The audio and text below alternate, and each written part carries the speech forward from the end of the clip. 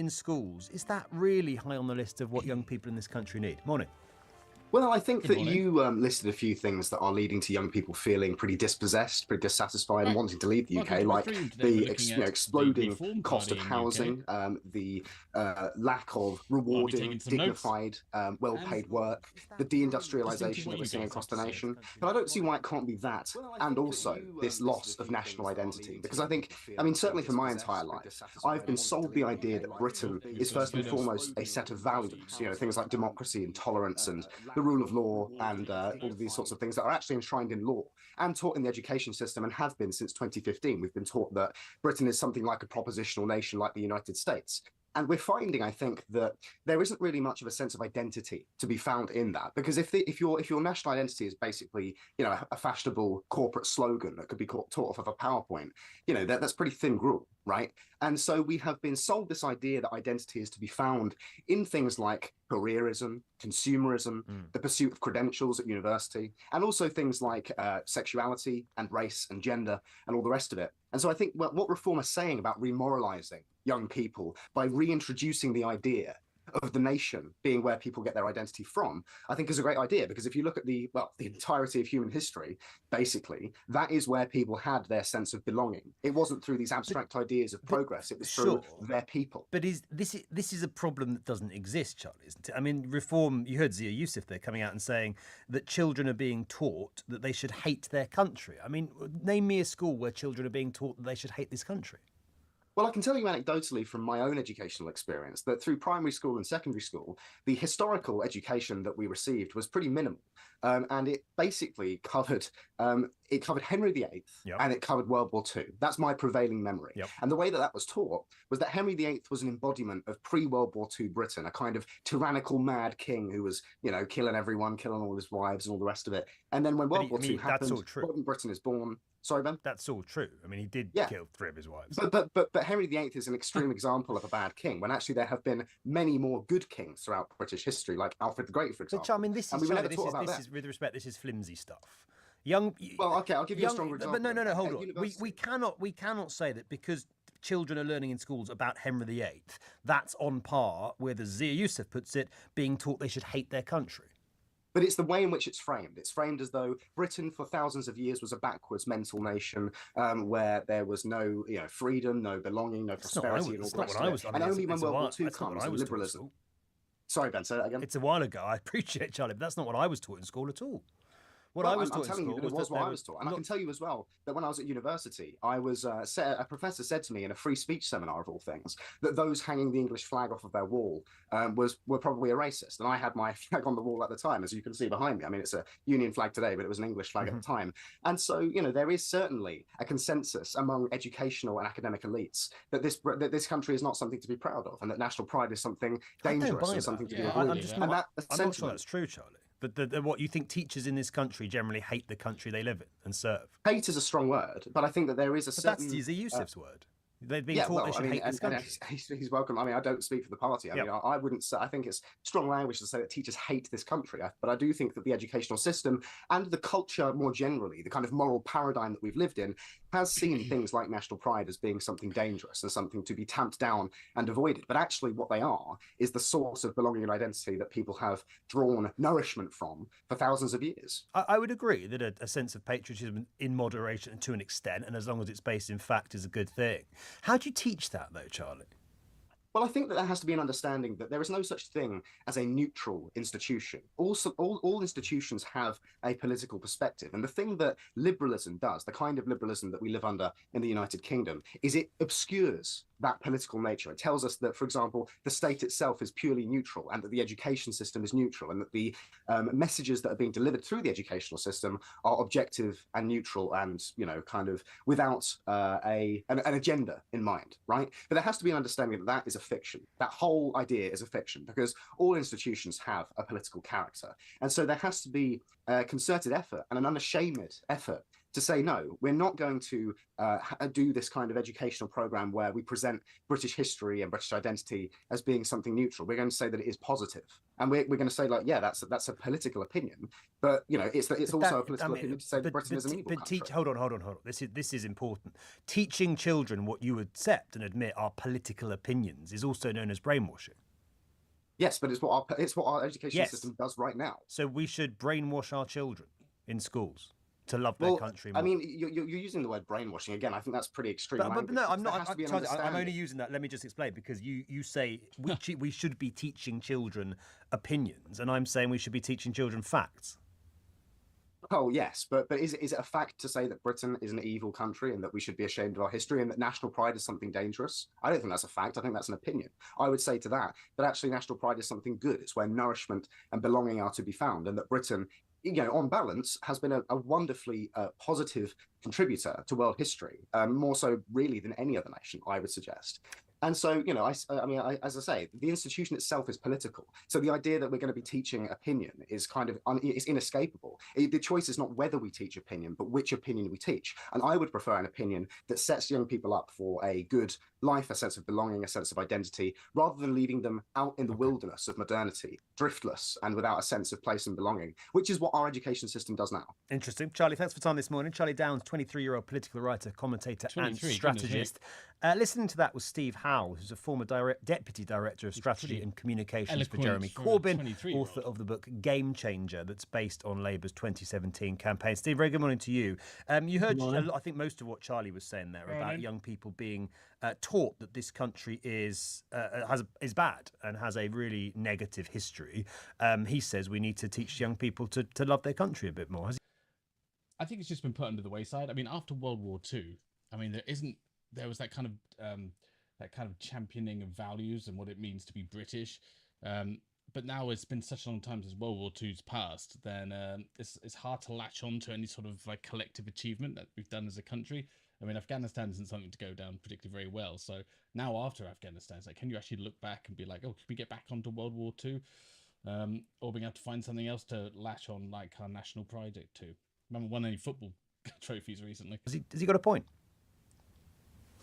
Well, not really, no. But I think there's two parts to this. One is something you mentioned in your introduction, which is the reality that young people face today in this country in terms of a very precarious existence, 0 hours contracts, lack of opportunity, tuition fees being so high that some people can't afford to go to university, not being able to get on the housing ladder and living in accommodation that's precarious itself because a landlord might evict them and so on. And that's the reality that has to change. And I think, excuse me, that's why Jeremy Corbyn struck a chord in 2017, because he was addressing that reality. And then the second part of what this discussion really is this more sort of esoteric thing about values and about what our national identity is and so on. And I would certainly not want to see us go back to the bad old days that I experienced. I'm an old man now, and it was 50 years ago when I was, well, more than 50 years ago, in fact, when I was at school. And, some of the things I experienced in school, like, I almost don't want to use the words, but I will do, because I think it's important people understand what it was actually like. But one of the reading books in my infant school was called Little Black Sambo. And I had a geography teacher who, when she was teaching us about Africa, called them banana republics. But no, Steve, nobody's saying we should go back that was the reality. Banana republic is like a fake form. I don't think anyone reasonable is suggesting we go back to that. There is this idea. I certainly hope not. No, and I don't think they are. I don't think they are, to be fair. But there is this idea that sort of what you're saying slightly to one side, that young people are being taught that Britain has historically been a force for evil rather than a force for good. And that is giving them the impression that they live in a country that is sort of not something they should be proud of. And you can see why that might have an impact on young people's morale. Do you accept it's true? Well, I'm not a teacher, and I'm not close to what's being taught in schools, so I can't give you a very clear answer to that, except to say Well, there is absolutely no doubt that Reform are the party of the moment. Nigel Farage, very much the man of the political moment. Consider that before yesterday, Reform barely had a single councillor in the country. Now they have 677. That means they've already overtaken, in one set of council elections, already overtaken the total number that UKIP, a predecessor party for Mr Farage, of course, ever achieved. They only had about 500 at the height of their power. Reform have managed to overtake that in one fell swoop. They also now control 10 county councils, which is more, I say, UKIP only ever got Thanet Council, a district council. And of course, they've achieved several mayoralties, including Hull and most notably Greater Lincolnshire. And indeed, we're joined now by the new mayor of Greater Lincolnshire, Dame Andrea Jenkins. Dame Andrea, thank you so much for joining us this morning. Are you now the most powerful Reform office holder in the country? I should think. Look, Nigel's the most powerful reformer, and I joined Reform because of him. But it's good to be in a position where we start getting power, including the councils, the 10 councils that we've now got control of. Well, indeed, and congratulations on the result. It is rumoured that several of your former colleagues in the Conservative Party, Suella Braverman, Edward Lee, Jack Rankin, among others, might be considering defecting to Reform. Obviously, that is a process you yourself did. What would your message be to them? Would you welcome them? Conservatives over to I think it's down to Reform and the vetting process. And we want people who have got the same values as ourselves, which is about family, community and country. And I mean, the vetting process is so strident, Lewis. I mean, I'm aware of a Conservative councillor who I know, he didn't pass vetting. Surely your old colleagues, Suella Braverman and Edward Lee, would pass the vetting, Dame Andrea, surely.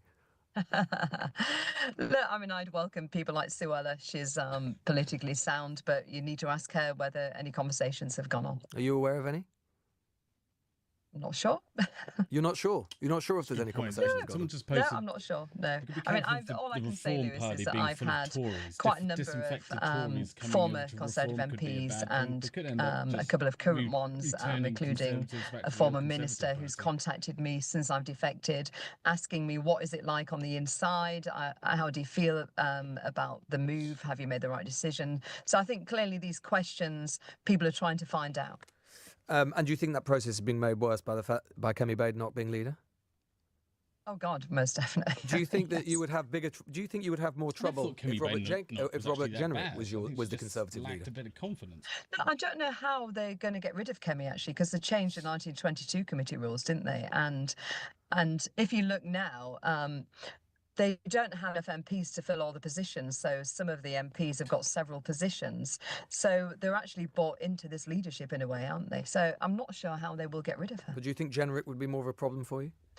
Jenrick's a friend of mine, and I'll always respect Jenrick. I've still got friends in the Conservative Party, but Nigel is the one that people's listen to. Look, they was part of the government in quite senior positions, and what I found by the electorate and being on the doorstep, people don't trust the Conservatives or Labour. And if Boris Johnson were to return, about which there are rumours, do you think, obviously you were a big fan of Boris Johnson's, would that pose a problem for Reform? No, but Boris is not going to return. I mean, look, he'll always be Conservative. I'm friends with Boris and Carrie. I've got a lot of respect for them, and he won't return. But the fact is, it's a new dawn now. I fully back Nigel, and I genuinely believe that he's the only one who can get this country back on its feet. It's now being said, of course, that Reform are going to receive more scrutiny because, of course, you're in control of all places, and I'm sure, rightly so, I'm sure you welcome that. So let's talk a little bit about your plans. You've said that you're going to establish a Lincolnshire Doge. How is that going to operate in practice? You're in Lincolnshire's Elon Musk. Look, now we've got control of Lincolnshire County Council. Now the Greater Lincolnshire has North Lincolnshire, North East and Lincolnshire County Council under its jurisdiction. Now we have Reform controlling Lincolnshire County Council, we can do things like this, which is brilliant. And then I'm hoping that, we can actually root out the waste, which the point of doing this is actually to keep taxes low for constituents. And how much money do you want to save? How much money do you want to save? What's the aim? It depends. It's very hard to say until, I'm going in there on Tuesday, until we start looking at the balance sheet and we start looking, I want to look at the tendering process. I want to look at the contracts that they've got. So this it's hard to answer at this stage, but I mean, I think personally we'd also ought to look at maybe cutting the workforce by up to 10%. Up to 10%. We've got to have a lean, mean local government. That's what I personally like to see. But again, there's variables there because we haven't elected a reform county council leader yet. So there's got to be discussions to have. But are you aware of how much in real terms per person spending for Lincolnshire Council, the budget for Lincolnshire Council has declined since 2010? Well, I know what the interest is. It's what, £52,000 per constituent is the interest. So they've already had a spending reduction of 18% per person after adjusting for inflation and population growth. So this is a council or set of councils that you're taking control of, which is already rather stretched. And so you're going in there saying you're going to cut even more. But it's always way. I mean, look what Nigel uncovered, £200,000 on interpreter services, £50,000 for a green ambassador. There is always, I know we will uncover ways to.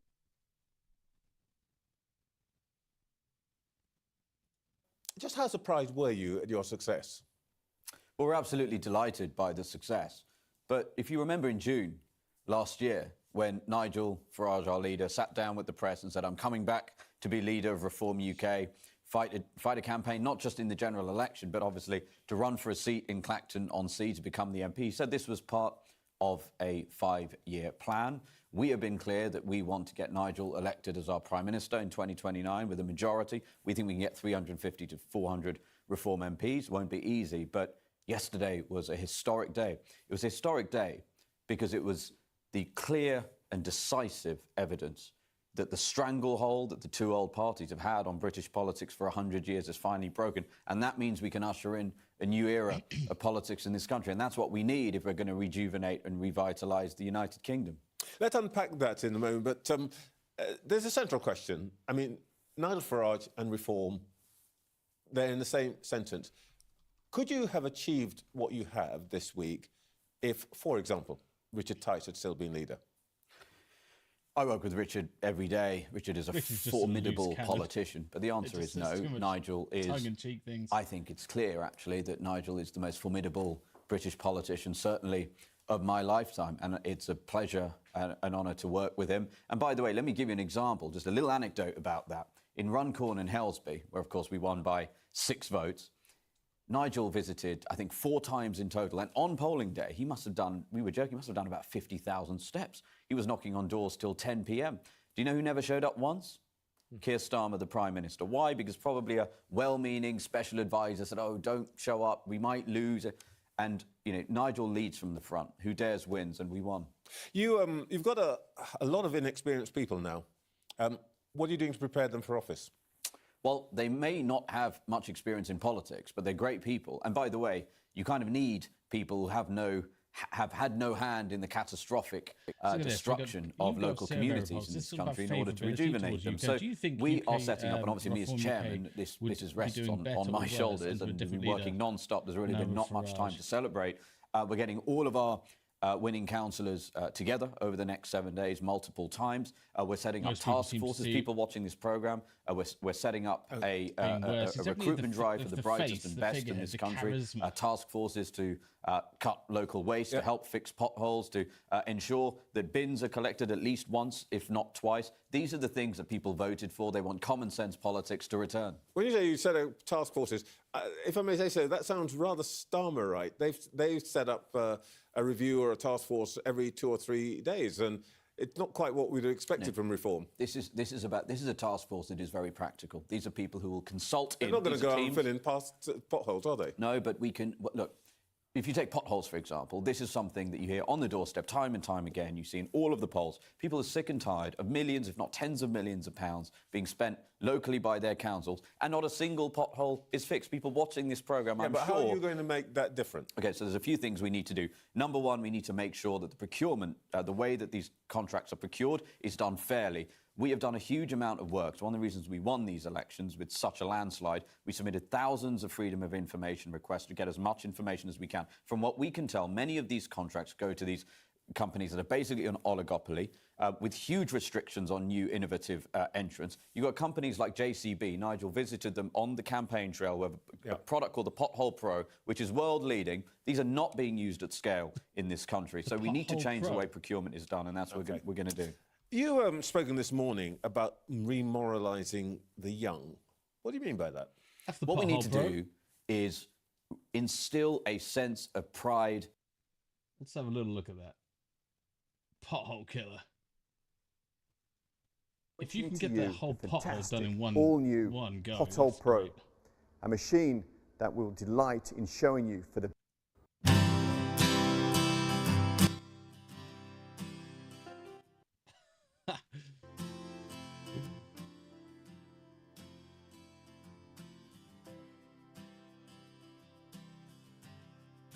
Right, so what does it do? It digs itself.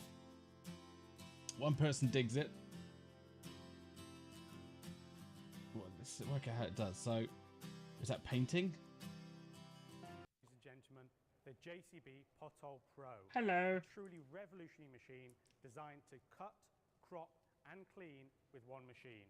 All you need to now do the problem with this guy, is add the what's it called? The As we know, time what's is it called? money. The And what's this that board machine called saves where you money. read Being able to rotor read your size lines 40 off? It's kPa just to the left of the network camera, and you can easily notice is it. Vital for an efficient operation.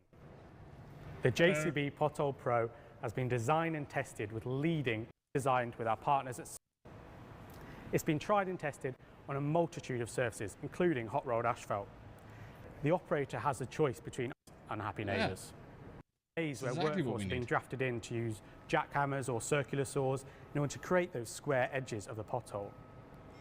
This is a massive safety benefit. The uniform is or different attack. Show more pictures With of a the Pothole traditional Pro. brush Look at that. or bucket mode, the JCB 1.2 metre sweeper allows a large volume of material to be collected in one go. It has been optimised for a variety of different road defects. With a 0.3 cubic metre capacity, it's equivalent to 4.5 metres squared of ground being cleared. This increases productivity, but also allows for total adaptability. This machine is absolutely perfect for machines. So who will pounds per pothole down to 30, allowing better use of budgets.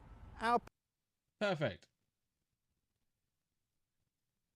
In the United Kingdom, a sense of pride in our history, and right now there is a writ large demoralisation campaign that has happened for young people, and you hear it time and time and time again in schools. It's one reason why Reform is polling at 1 in 5 18 to 25-year-olds now support Reform, because they're sick and tired of it. And look, we are living in a competitive world. We're competing with countries who don't tell their young people that they should hate their country, that they should be ashamed of their history. And Reform is a deeply patriotic party, and we think we should ensure that children, at the very least, are not being indoctrinated to hate their country. And what they should really be doing, we should be ensuring that they are taught the great things that Britain has provided the world, because there are many, many things we should be proud of. Let me ask you this then. You just won a major victory, which was fought because an MP punched a man in the street. Your newly elected mayor, Andrea Jenkins, first became famous for giving the finger to protesters outside Downing Street. Now, are we supposed to think that politicians, whether they're Reform or not, are the right people to be giving the young moral guidance?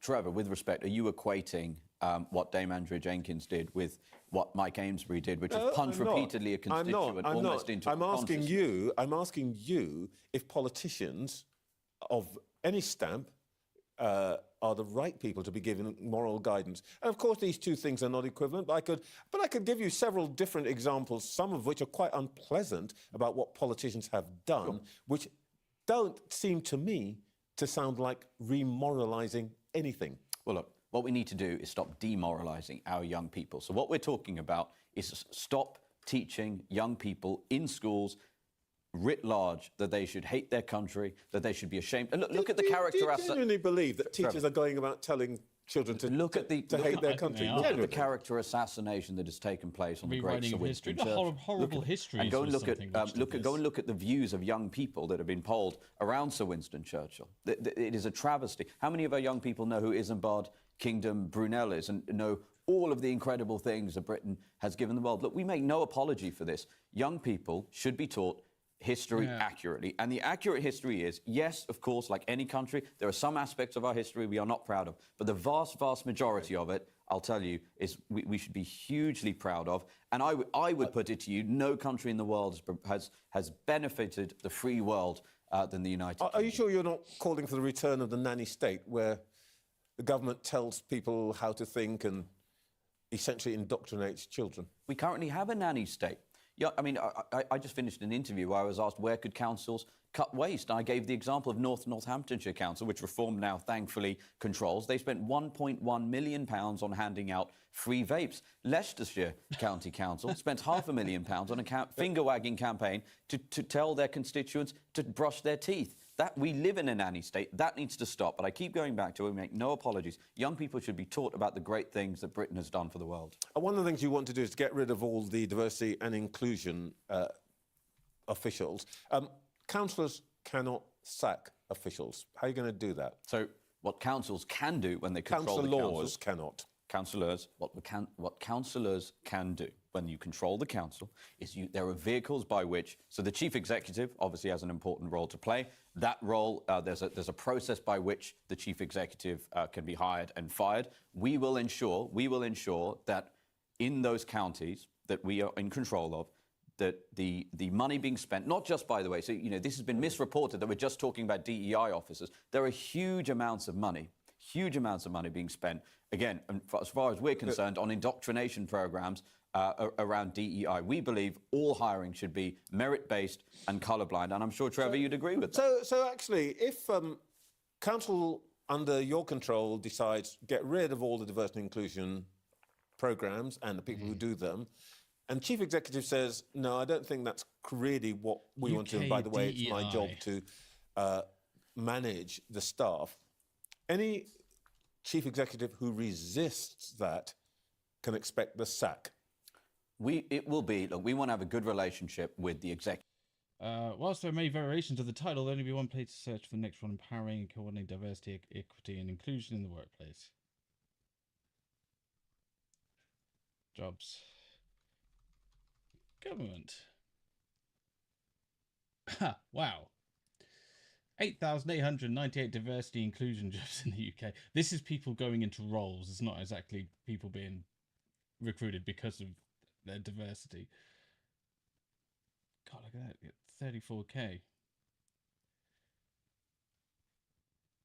Senior. Jesus.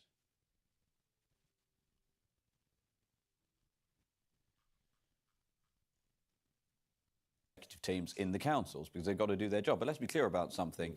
The people in the constituents are the ones who should determine where their taxpayer money is being spent. And the chief executive... They can expect to be fired. The chief executive must ensure that they are following the instructions of their constituents. And that's what our councils will ensure happens.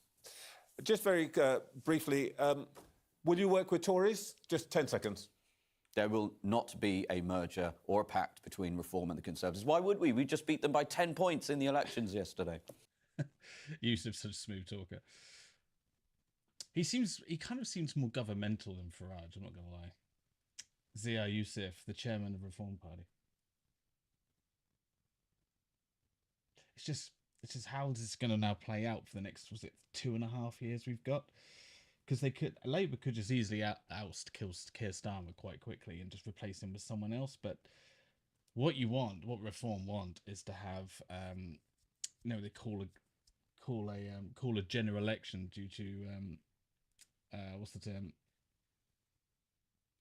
What's the term when you lose faith in the government? Anyway, yeah, that's it. We had VE Day in London. Planes flew over. It was all very nice. Welcome back to a very special, extended Britain's Newsroom. It's VE80 Day, of course. We're celebrating all week on GB News, but today is the big event here outside of Buckingham Palace. And we're here right through till 3. You don't need to go anywhere else. We've got some very special guests with us now. The former Attorney General Michael Ellis and somebody known very well to you all, Reform UK leader Nigel Farage. Nigel, we have to congratulations on a spectacular series of results, which I think even exceeded your expectations. Oh, way exceeded my expectations. I knew we'd do well, but I was touring the country meeting groups of our candidates, and they were all saying, we're going to win, we're going to win. And I've said to my press officer, Dan, they're all deluded. They've all got a bit too carried away. But no, that was the mood of the country, and they are an astonishing set of results. Was there one in particular, the one which dumbfounded me was when you stormed home in Durham? Durham, a Labour stronghold for a century. Well, I mean, for us to win 63 seats, yeah, and Labour to only win 4 was remarkable. And then you go to Kent, where the Conservatives lost 56 and we gained 57.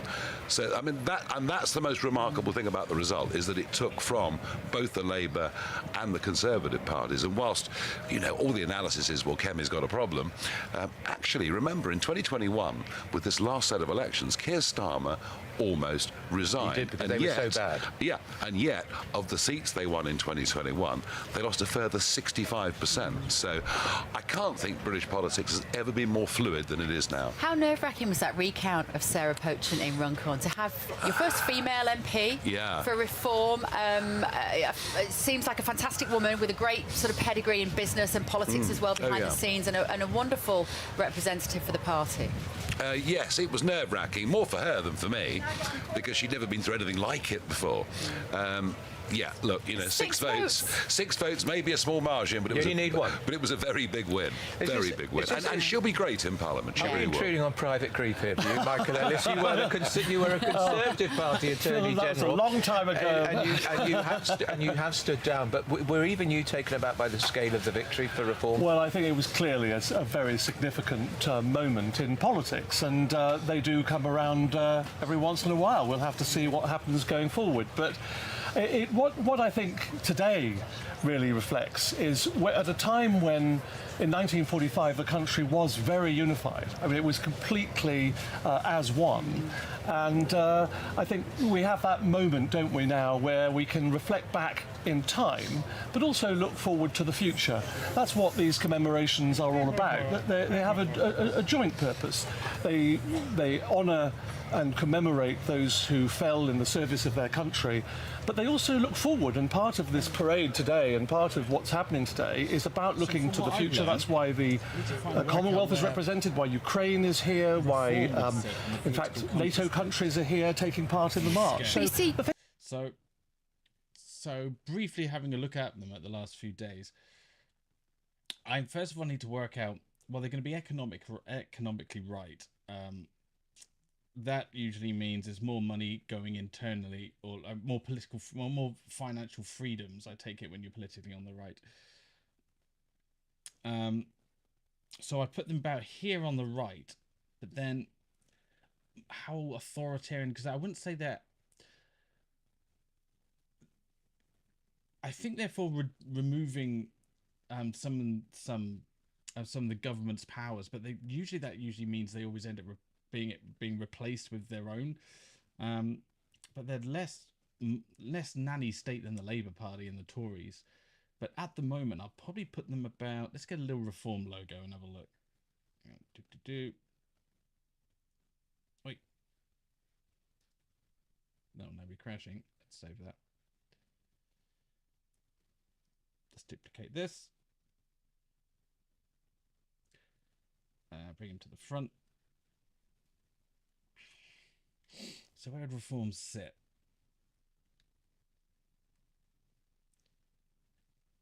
I would kind of put them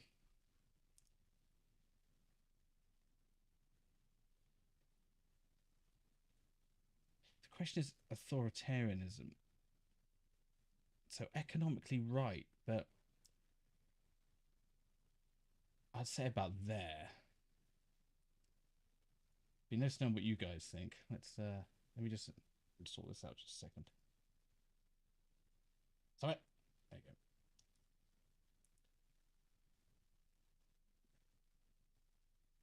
go. There he is. That'll be fine. Bit of shadow. Bit much. There we go. So that's why I put reform. I'm going to keep an eye on it, and I'll change my mind as it comes around. So far, I've got their main proposals here. I've got their chairman there. I'm having a bit of fun trying to work out what to put on a playing card when it comes to like political trump cards, because let me break down. Nigel Farage does have some charisma on him. I mean, compared to the gaunt look on the face of the other political party candidates, he's definitely got that hot riz. Popularity, it's gaining, but it isn't great. Like as I said, he's only sitting so far in the polls, but he is gaining momentum. Now, trustworthiness is something hard to quantify. How would you trustify his trustworthiness? Because, from my opinion, Nigel Farage could just be an egomaniacal maniac, and then just take a back seat when he comes to power. But I'll leave that as 5 for the time being. I also have strengths and weaknesses here. I said weaknesses: the Reform Party has the outsider label and the far right label, which isn't a bad thing, but it's they push the term far right and things like hard right to describe I guess fascist as well, because just nasty rhetoric. You got those. But he's got strengths. He's winning the popular vote, which populism usually reads from the right. I put chance of destroying the UK about 25%. That's a joke. I'm trying to think of what else I can put on my panel, my Trump card. But chance of destroying the UK or the world, 0.2. We'll leave it at that. Maybe that's a bad. Let's change that to improving the UK. So, my personal opinion, improving the UK. I'll go about 45% at the moment. I mean, and you still need to listen to some of what Nigel Farage is going to say over the next few months, but that is my card finish for reform. So, Nigel Farage, party's main propositions: tougher immigration laws, including stricter border enforcement, lower taxes, particularly for working people and businesses to stimulate labour economic growth, major reforms to the NHS, aim to reduce waiting times, improve efficiency, stronger measurements to tackle crime and antisocial behaviour, promoting energy independence and a mix of energy sources, including domestic fossil fuels and renewables. Okay. Mainly reform are an immigration party, but also a classically conservative. If you're in a classic conservative, like old Protestant conservatism, I think they kind of fall into that category. Carry on. Things are connected. It's also worth noting. It's also worth noting on the VE Day itself. There was Churchill on the balcony over there with the royal family and the crowds and the princesses mingling and great joy and happiness. Although, of course, we were still fighting in the east.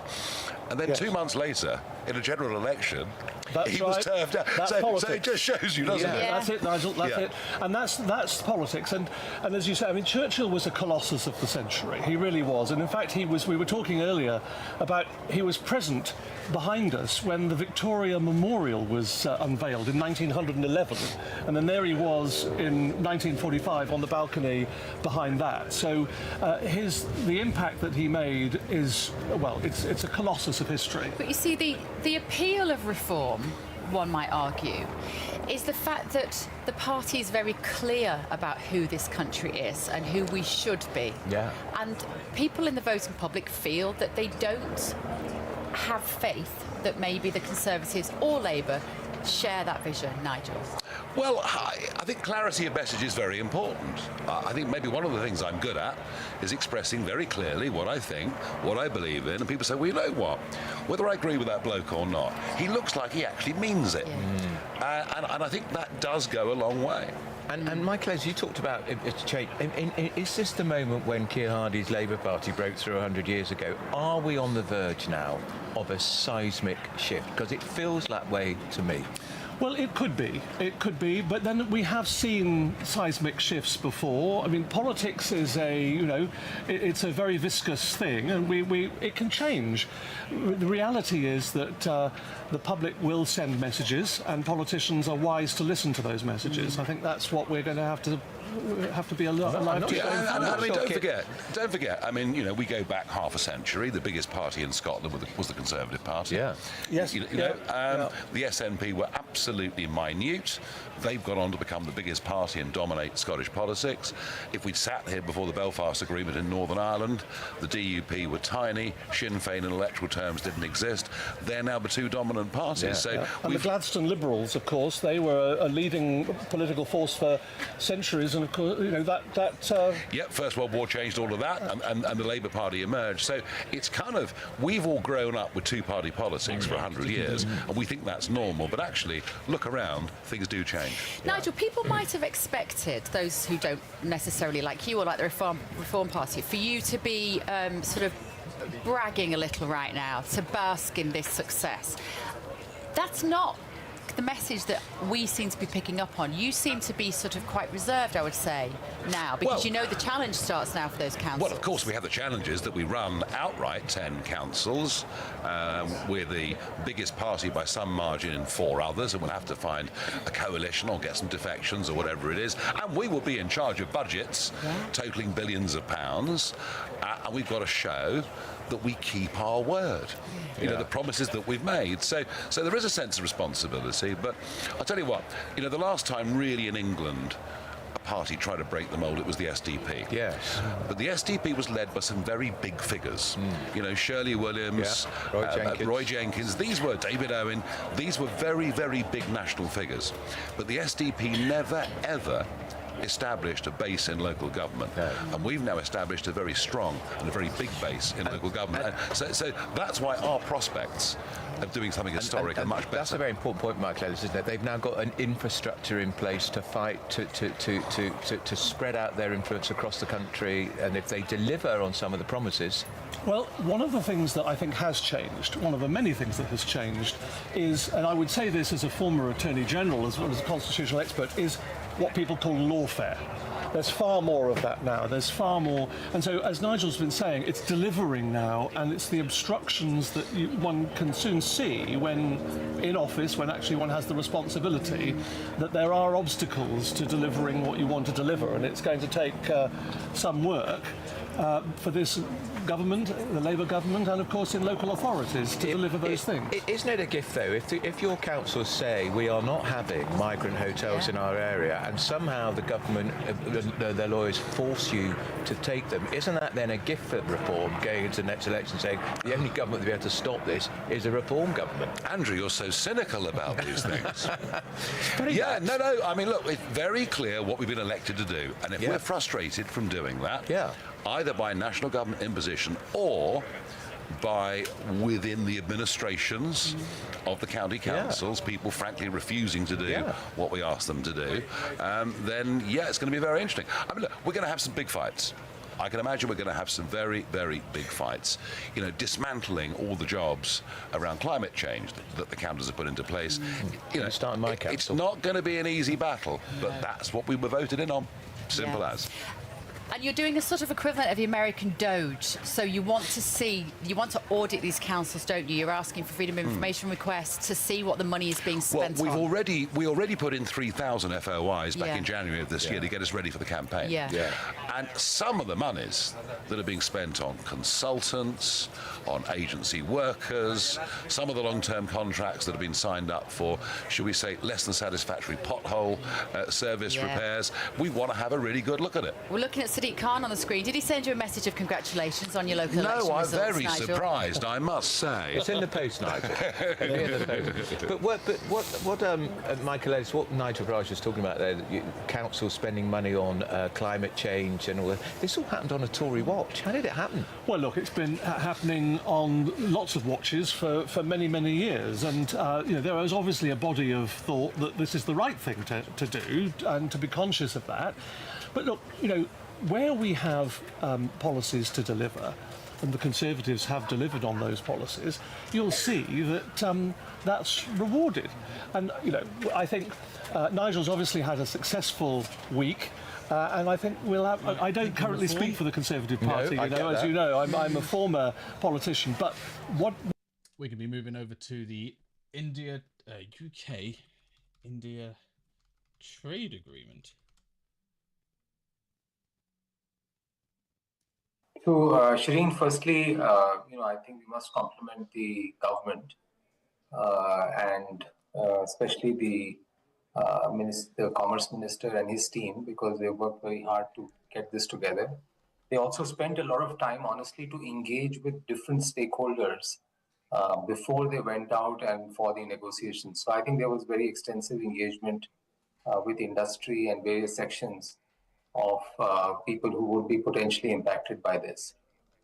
So to answer your question, Shireen, I think what's the most important thing, apart from tactical things, I think what is most important, I think this is probably the widest signal that India has made, that there is an acceleration, given what the global changes are. There is an acceleration in the thought process, in the way India is now looking at bilateral treaties. And I think UK is the sixth largest economy, India is the fifth largest economy. So it's a trade deal between two of the most significant economies in the world. And I think we all know that there is the mother of all trade deals will be with the US, and then you have EU, which is equally significant. So it's a very strong signal of the confidence of the government to do this, of the confidence of industry to support this.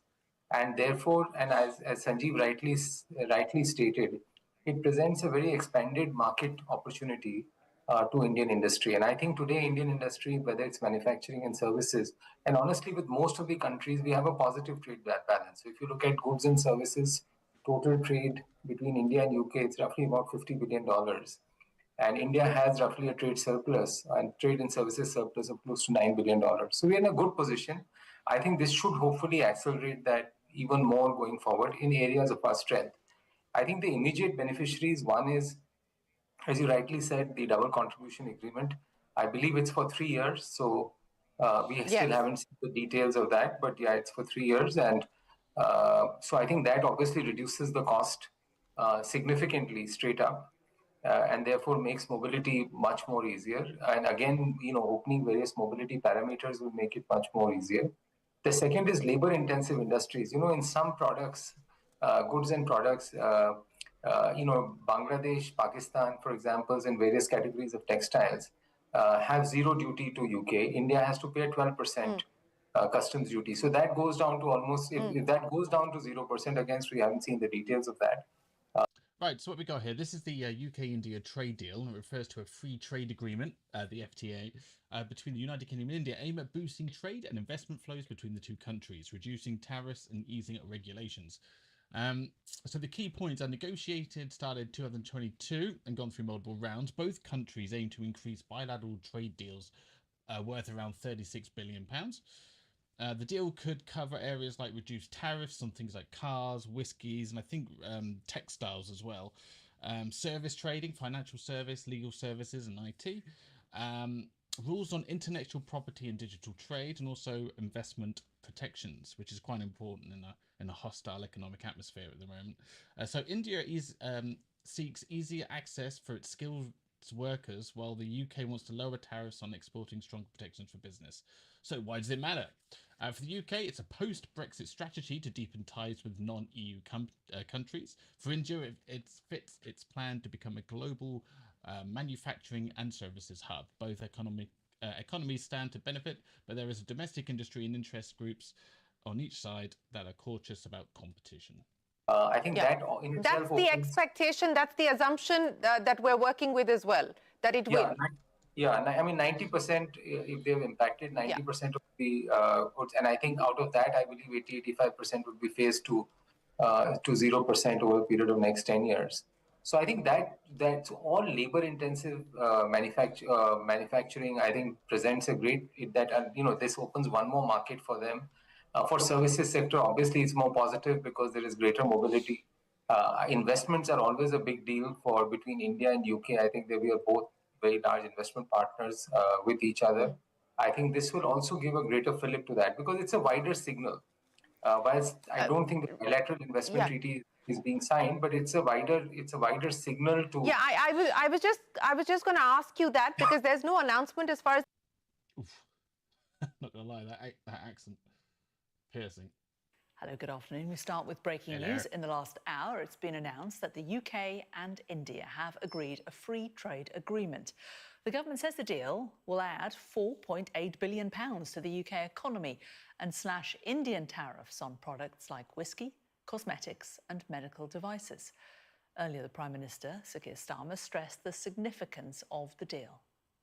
This is a historic day for the United Kingdom and for India, because this is the biggest trade deal that we, the UK, have done since we left the EU, and it's the most ambitious trade deal that India has ever done. And this will be measured in billions of pounds into our economy and jobs across the whole of the United Kingdom. So it is a really important, significant day. And look, it's been promised many times over the last 8 years. Prime Minister Modi and I decided in Brazil last year that we would move at pace in relation to these negotiations. We've done that in a serious way, in a pragmatic way, and we're able to show that that's what delivers results. So I'm really pleased for working people across the country who will feel the benefits of this, of course, at an increasingly uncertain time in terms of trade and the economy across the world. So this is a very significant step, and I'm very pleased that we've got this far with this really significant trade agreement. Well, the Indian Prime Minister also posted a statement on X saying in an historic milestone, India and the UK have successfully concluded an ambitious and mutually beneficial free trade agreement, along with a double contribution convention. These landmark agreements will further deepen our comprehensive strategic partnership and catalyse trade, investment, growth, job creation and innovation in both our economies. And he went on to say, I look forward to welcoming the Prime Minister Keir Starmer to India soon. Well, our political correspondent Liz Bates joins me now. Keir Starmer very keen to get on the airwaves and say how successful this is, but there is no doubt about it. This is positive news for the UK economy. Oh, it absolutely is. And you can see the Prime Minister there making the most of it, making this announcement from number 10. As he said, you know, trade deals are often years and years in the making. There's a lot of back and forth behind the scenes, negotiations, and clearly this government has made this trade deal a priority and pushed it over the line in quite a short period of time. As you say, what it will mean for UK consumers and businesses are things like it will be cheaper to export things like whisky, cars, cosmetics. It will also be cheaper to import some goods from India, things like clothing and footwear. You saw the Prime Minister hailing this deal. We've also heard from the Business Secretary, Jonathan Reynolds. He says this is a massive, massive moment for UK companies and consumers. Just to give you a sense of how important this is for the UK economy, last year trade between the UK and India was worth about £41 billion. This will add around £25 billion by 2040. So really, really significant for the UK economy. As the Prime Minister said, the government hailing this as something that will boost growth and create jobs, which of course is something this government has really pinned their period in power on. This was a big promise during the election. They really want to see growth in the economy. The context to all of this, of course, a US president and a US government that is protectionist, that is disrupting world trade. And of course, the UK economy is still readjusting post-Brexit to leaving its biggest trading partner in the EU. So unsurprising then that the UK government is trying to make the most of this. I think over the next few hours and the next few days, there will be scrutiny of this deal, and in particular the question over whether it changes anything in terms of immigration policy between India and the UK. Does it soften any kind of visa arrangements? Will we see more immigration from India? That's what political opponents will be looking at, but the Prime Minister wanting to make the most of this. We also saw the Prime Minister of India saying he looks forward to welcoming Prime Minister Starmer to India, and we'll be keeping an eye on that. Liz, thank you very much. Well, let's talk now to Director at the communications firm SEC Newgate and former advisor to the Business and Trade Secretary, Ali Renison. Ali, how significant is this boost, and do the government's figures add up here? Well, I think in terms of the suite of trading partners that the UK has been negotiating with since leaving the EU, India is by far the most potentially economically transformational to do an actual trade agreement with, particularly because of the size of its market, its growth rate, and also, very frankly, India has some very high both tariff and non-tariff costs to overseas companies that are trying to trade with it and do business there. And this is one of those kind of, I think, rare, occasions where a trade deal really can make quite a big difference. The question about numbers, I think it depends on how many businesses are actually able to use the agreement, and that will depend on what we see in the text in the coming days. And in terms of the success of the negotiation, as you point out, India, a very different kind of economy to the UK, quite a protectionist economy. How significant then is it that the government managed to reach this deal with them?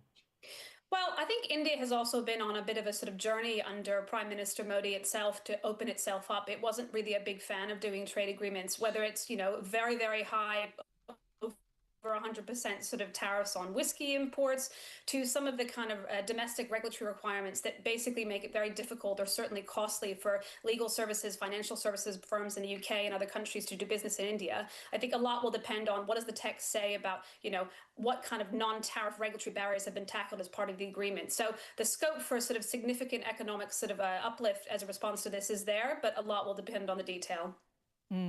How quickly do you think we may feel the benefit in the UK? Ultimately, it depends on how quickly the tariffs can come into force. So, for example, we know that with other trade agreements, particularly in sensitive sectors like agriculture, there's a sort of phase-out period to tariffs. So it'll be interesting to see whether, for example, even in something like whiskey, has India agreed to cut its whiskey import tariffs immediately, or is that over time? And I think those are some of the questions that will sort of, determine ultimately how quickly businesses can take advantage of those provisions. A lot of fanfare being made about the fact that this is the first significant free trade agreement since we left the EU. Now that we have this one in our back pocket, do you think others will follow quickly? Well, we have Australia and New Zealand. Those are the sort of the main ones done so far. There's also been a couple of digital agreements with Singapore. I think the next big one to look for potentially is one lined up with the Gulf Cooperation Council, the Gulf countries. That's supposedly being close to being finished. And that's also sort of in some ways a very closed market to a lot of services. So a big opportunity for UK exporters in those sectors. Obviously, the big one, even though we already have a trade deal with the EU to come, is what's going to happen with this sort of new EU reset and the sort of the trade ambitions that the UK and the EU have there. I think that's probably the biggest one on the horizon outside of Europe. And does this change that, the fact that we now have this deal? Will it make the EU regard us any differently? Are we more or less attractive to the EU now to deal with? Well, interestingly, the EU is doing its own negotiations with India. They've been going on since about 2008, on and off. So I think they will certainly feel the impetus to try and get their deal done, albeit certainly some of our businesses will be looking to see if, when that deal is complete, do European exporters get granted any sort of better access to the Indian market than the UK did? But I think that the EU is now coming around to the fact that, ultimately after Brexit and after, movements in the White House in Washington, that it's trying to diversify its own sort of FTA trading links with other countries. So I think we're in the sort of the same mix as the EU at the moment. The government is saying that this has been 8 years in the making. I wonder, were you at all involved in negotiations around this, conversations around this, and during your time in government? It was certainly ongoing during my time in government. It kept me very busy. And I think it's interesting to see that some of the stumbling blocks, which no doubt the opposition will be having a look at to see what concessions were made, how those were dealt with. For example, the carbon border tax that the UK is introducing that the EU has. India wanted to get an exemption from that. Is that dealt with in this sort of trade agreement? And also sort of issues around visas and labour mobility. What kind of concessions, if any, were made to get us over the line? Yeah, and it's interesting because Keir Starmer was asked questions about both of those by journalists after it was announced, and he sort of pushed back and said that, there weren't going to be exemptions necessarily on visas, and certainly hadn't made concessions as about carbon tax. So it does sound like, those hurdles have been crossed, and that the government has got a pretty good deal for the UK in terms of what the UK hoped to get.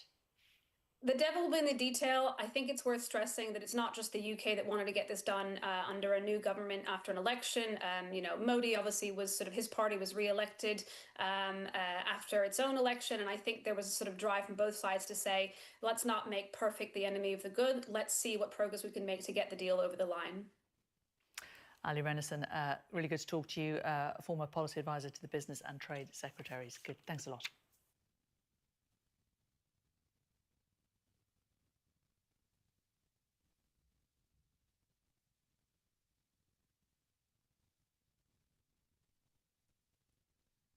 Right, interesting movements from that India and UK and India trade policy.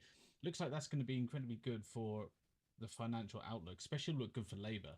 Labour is definitely wallowing in the polls at the moment, so any sort of big improvements like this will be definitely benefiting Labour. Although Labour has stagnated for such a long time that any press now is good press. But running off the back of the polls from Reform, from the local elections, this is relatively good news, but it does fail in comparison to all the other political parties at the moment. I mean, Conservatives are now pretty much dead in the water. Nothing's come out of them in the while. Kemi Badenoch might not even last now till like the next few months. Just bear with me. I'm just making my Keir Starmer trump card.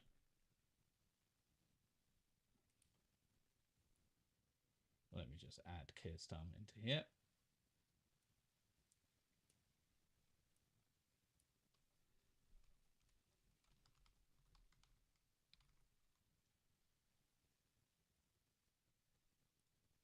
Good stuff. Off the back of that big win in the local elections, Reform is promising to use every power available to close the UK's migrant hotels, which cost taxpayers £8 million a day. The party says it could take the government to court to prevent migrants being housed in areas where it now controls the local council. But do they have the power to fulfil this pledge? Well, we're going to speak now to Reform UK Chairman Zia Youssef. You said you were a long-time fan of the show. It's the first time on the show. Indeed. So welcome, Zia Youssef. And of course, I suppose we congratulate you for, as you outstripped the polls. You know, it was predicted and you did very well as Reform. Can I just ask you, let's kick off, so many questions for you. Now that you're going to be in overall control of several council areas,